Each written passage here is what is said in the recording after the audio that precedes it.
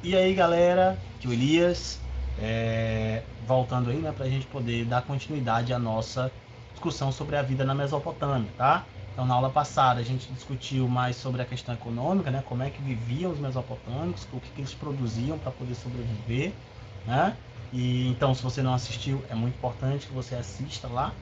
E a gente hoje vai discutir um pouco mais sobre a sociedade mesopotâmica, né? Como essa sociedade ela era formada, quais eram os grupos sociais, né? Como é que ela estava dividida, quem fazia parte do que e como ela se estruturava, tá certo? Então, é muito importante fazer a leitura do livro, anotem o que precisar, tá? E também não esqueçam de enviar dúvidas lá no Google Class para eu poder responder, tá certo? Então, vamos lá para nossa aula. Pessoal, a sociedade mesopotâmica, pessoal, ela é uma sociedade bastante dividida, tá? Então, assim, é uma sociedade dividida de acordo com a sua, vamos dizer assim, as suas distinções fundamentais, né? Que são basicamente quais?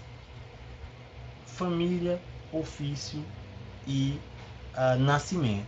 A maior parte da sociedade mesopotâmica ela é livre, né? Assim, a sociedade mesopotâmica possui uma maioria de pessoas livres, mas que, né, possuíam grupos diferenciados por conta da sua família, a família a que pertencia, ou aquele trabalho que ela exercia, ou de repente ao local de nascimento, né? Então, por exemplo, os cidadãos membros de uma cidade, por exemplo, como Assur, durante o Império Assírio, ele tinha muito mais é, status social, né, do que os de outras cidades dominadas, né? Um escriba, né, aquele que escrevia com o cuneiforme, porque é importante destacar que nem todo mundo sabia escrever o cuneiforme. Então, o escriba ele também tinha uma importância muito grande. Geralmente, ele era um funcionário, né, do governo, do estado, para poder fazer os registros, fazer a administração das questões do estado, né? Então, os membros de uma família nobre ou de uma família real são também considerados, né, melhores, né, que possuem um status maior do que os que não são. Então, quer dizer, é uma sociedade que possui, né, uma boa quantidade de pessoas livres, mas que há essas distinções sociais decorrentes dessas questões. E os escravizados, eles é, existiam, né, assim como as sociedades antigas, né, em sua maioria escravistas. Havia uma maioria, vamos dizer assim, de escravizados, né, de origem das guerras. Então, assim, os escravizados podiam não ser a maioria, né, na sociedade mesopotâmica, mas boa parte desses escravizados vinham de prisioneiros de guerra, né? Afinal de contas, de acordo com que os impérios iam conquistando territórios, principalmente aqueles que não se submetiam ao domínio, eram transformados em escravizados.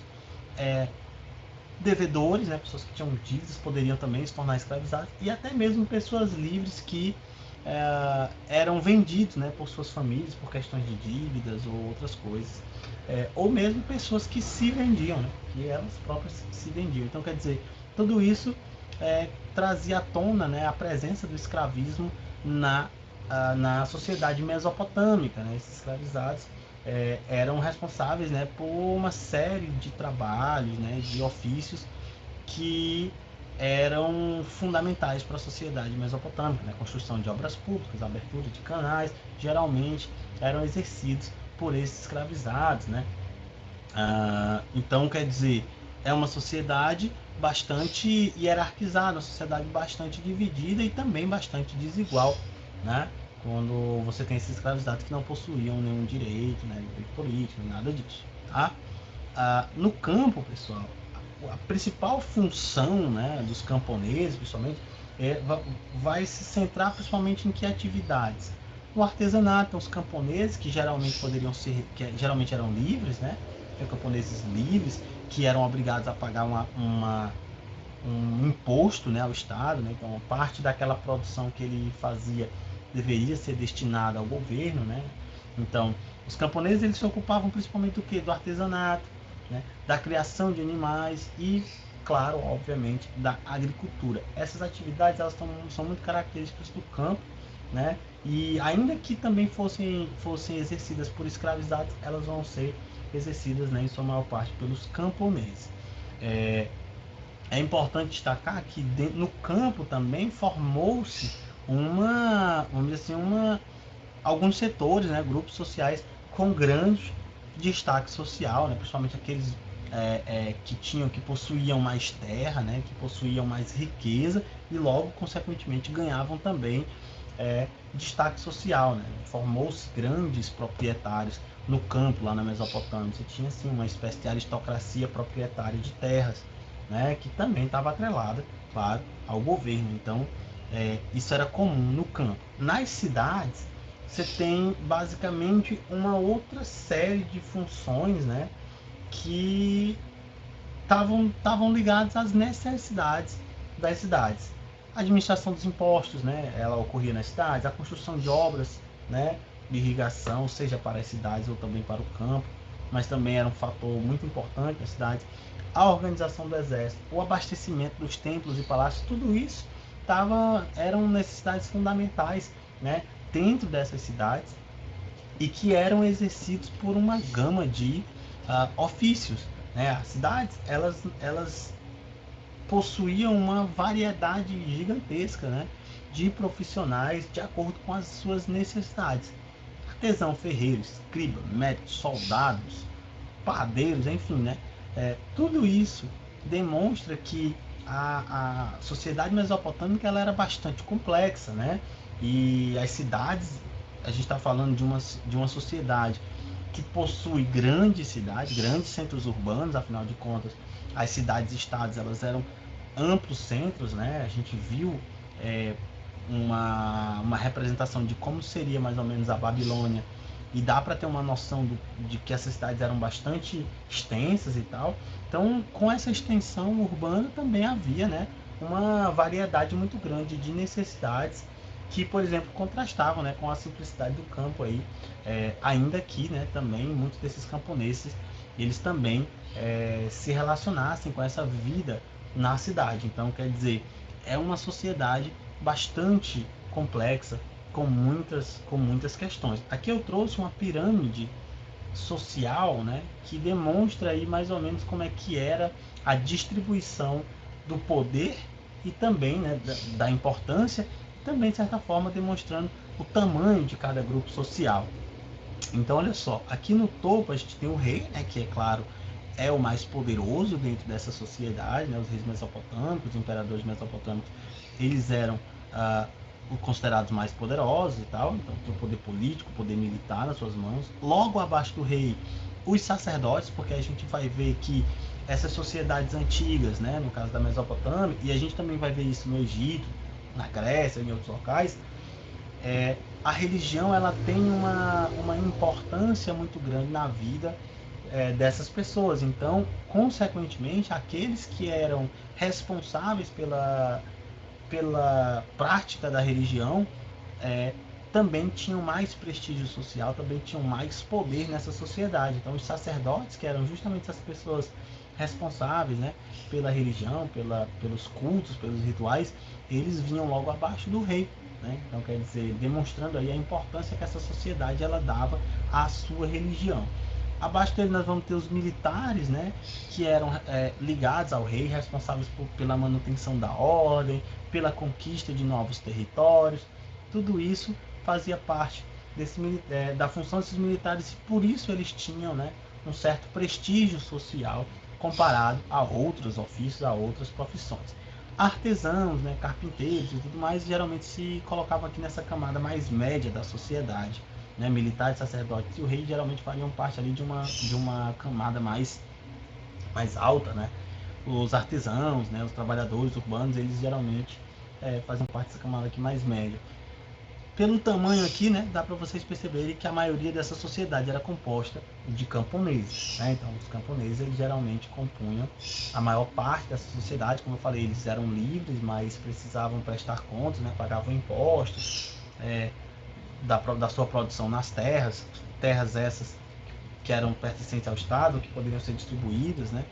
E, por último, a gente tem, né, os escravizados, que eram aqueles, né, prisioneiros de guerra, né, devedores e tal, que eram escravizados, mas que faziam parte dessa sociedade, ainda que não tivessem direitos políticos e tal, e eram obrigados a fazer uma série de trabalhos próprios aí, né, desde a construção de obras e tudo mais, tá? Que é um exemplo.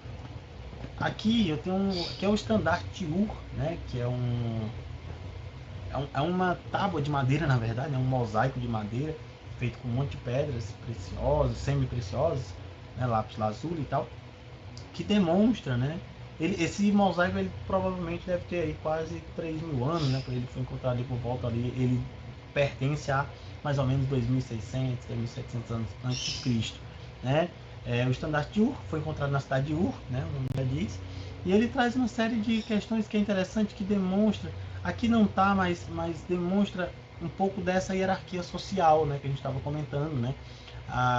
As vestimentas, né, trazem a diferenciação social. Aqui a gente pode ver, né, provavelmente escravizados carregando objetos, carregando coisas, né, com soldados ou algo parecido logo atrás. Então, assim, essa imagem, né, aqui é só um pedaço, ele é bem maior, né, tem vários aspectos, e ele traz justamente, né, um pouco de como a sociedade ela se organizava, né, ainda que a gente não saiba exatamente qual foi a função desse estandarte, né, nem sabe se pode chamar de fato de estandarte, apesar de ele ser chamado de estandarte. Ele demonstra um pouco dessa hierarquia, dessa divisão social, demonstrando aqui os diversos âmbitos da sociedade suméria, no caso, né? Só para você ver, né? A criação que é cabras, né? Tem bois, aqui não tem, mas tem bois em alguns locais, acho que é aqui um boi. Aí tem cavalos, né? Tinha uns asnos, né? Uma espécie de asno, né? Um burro típico lá da região da Mesopotâmia, que está extinto. Então, é um exemplo de como essa sociedade ela se organizava, né? Em grupos, né? E aí, como eu falei, né? A religião mesopotâmica ela tem uma importância grande para esses povos. Só, como a maioria dos povos antigos, os mesopotâmicos eles possuem uma religião politeísta. A religião mesopotâmica ela tinha, né, trazia os aspectos da vida, né, de maneira geral, e ela poderia ser percebida basicamente em diversos setores da vida cotidiana, né? Na política, ela podia ser percebida na agricultura, nos rituais, né, que ocorriam ao longo dos dias, né, dias específicos, rituais próprios para cada deus. Então, demonstra que a religião ela era um aspecto muito presente na vida dos mesopotâmicos, né? Também, por exemplo, a importância dada aos sacerdotes também demonstra essa importância que a religião ela possuía nessa sociedade, né? Então, eram politeístas, né? Nós temos aí, eu trouxe aqui alguns deuses, né? Os principais deuses aqui mesopotâmicos. Importante destacar aqui, esses deuses, nem todos eles pertenceram aos mesmos povos, mas que foram sendo, vamos dizer assim, apropriados, né, ao longo da história da Mesopotâmia. Você vai ter deuses de origens diversas que vão aparecendo ao longo do seu desenvolvimento, né? Então, Enki, que é um deus sumério, né? No caso aí, deus da água, né? Deus da sabedoria também. É importante destacar que geralmente esses deuses estão atribuídos a elementos da natureza, como, né, claro, como forma de explicar essa natureza e também de atribuir à natureza uma força divina. Ishtar, né? Falta um R ali, mas Ishtar, que era a deusa babilônica do amor, da guerra também, né? Você tem Assur, que é um deus assírio, né? Deus dos guerreiros. E esses deuses eles vão demandar uma série de ritualísticas e sacrifícios que caracterizam a religião mesopotâmica. Então, os deuses mesopotâmicos eles têm características humanas em diversos aspectos, não só na sua aparência, né? Porque a maioria deles tem forma humana propriamente dita. E aí diz, professor, mas todos os deuses não têm forma humana? Não, né? A gente vai ver que os deuses egípcios tinham forma de animais, os deuses astecas também, né? Asteca, maia também tinha forma de animal. Lá a religião hindu também traz alguns deuses com forma de animal. Então tem algumas regiões, algumas civilizações que trazem deuses com características animais. Aqui nós estamos falando de Deus com características humanas, tanto na sua forma, como na crença que se tinha em relação à ação desses deuses. Esses deuses, eles tinham sentimentos humanos, né, defeitos humanos, raiva, ódio, ciúmes, tudo isso também fazia parte da característica desses deuses. Então não eram considerados deuses que estavam acima, né, de certa forma, aí, das questões humanas, né? Também eram influenciados por esses sentimentos, certo? Então por isso que você vai ter esses povos consideravam, né, que esses deuses podiam agir por raiva, agir por ódio, por vingança, né? E por aí vai, tá? Então esses deuses têm essas características humanas e isso não é uma especificidade dos mesopotâmicos, né? Basicamente a maioria das religiões antigas trazem essa ideia de que os deuses tinham esses sentimentos, né? E que agiam segundo esses sentimentos. Você pode ver isso no Egito, você pode ver isso na Grécia, tá? Então é um exemplo. Os templos, né, destinados a esses deuses eram os zigurates, né? É aquele templo em forma de pirâmide. A gente vai já ver também aqui uma imagem, né, dos zigurates. Eu já mostrei anteriormente, mostro de novo, que era o local, né, visto como a morada desses deuses, né? Então, geralmente esses templos eram altos. Muitos acreditavam que esses deuses habitavam ali o topo desses zigurates. Era lá que os sacerdotes conduziam todos os rituais religiosos, né? Sacrifício de animais, né, que havia, as práticas mágicas, né, os feitiços que eram executados, né, em oferenda a esses deuses. Então quer dizer, toda a vida religiosa, de certa forma, ela girava em torno do zigurate, né? Os zigurates, eles eram ali um centro religioso, né, importante, né, para os mesopotâmicos, né? Tendo em vista que a sua função, né, central era trazer justamente essa importância da religião. E não é à toa que ele é grande, eles eram monumentais até mesmo para demonstrar a permanência desses princípios, né, e lembrar a todos ali a importância dessas religiões, tá? Aqui eu trouxe algumas imagens, né? Então aqui Deus Enki, né? Deus lá sumério, então dá para ver uma representação, né? Um homem barbudo aqui, tá? Um pássaro na mão. Deixa eu ver aqui. Ó, aí está, né? A deusa babilônica, amor, né? Ok. Aqui nós temos uma imagem muito ruim, mas do Assur, né? O deus guerreiro. Então você vê aqui, ó, ele carregando um arco, né? Você vê que ele é bastante musculoso, né? Demonstrando aí essa ideia de força, dos guerreiros, né? Característico do Império Assírio. A gente viu que os assírios tinham uma cultura bastante militarizada, então nada mais lógico do que uma cultura militarizada possuir um deus que representa esse militarismo, que é o deus Assur, né? Então tá aí, tá? Aqui um zigurate, pessoal, só para a gente ter uma ideia de como é que eram os zigurates. Eu já tinha mostrado anteriormente, mas aí só lembrando, né, que você tinha aqui essa espécie de uma pirâmide escalonada, né?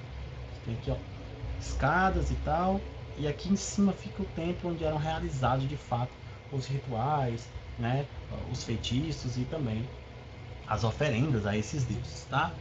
Ok? Então, pessoal, por hoje é só, né? Espero que tenha dado para compreender um pouco mais sobre essa civilização mesopotâmica, né? A gente falou por várias aulas sobre esses mesopotâmicos. Claro que a gente não sabe tudo sobre eles, né? Ainda tem muita coisa para se descobrir, existem várias escavações ainda sendo feitas, apesar de muitos problemas, né, no estudo sobre esses povos, que envolve a guerra, né, que acontece naquela região, também o fanatismo religioso, né, naquela região também ali, do fundamentalismo islâmico, que faz com que muitos desses monumentos antigos sofram atentados, né, são quebrados, destruídos, e aí muito da história desses povos acaba se perdendo por conta dessas questões no presente, tá bom? Então, assim, de maneira geral, a Mesopotâmia é isso, né? Nas próximas aulas nós vamos discutir mais sobre o Egito, e aí a gente vai seguindo essas civilizações antigas, ok? Então, pessoal, muito obrigado por assistir. Qualquer dúvida, manda lá no Google Class, que eu vou responder assim que possível, tá bom? Então, até a próxima.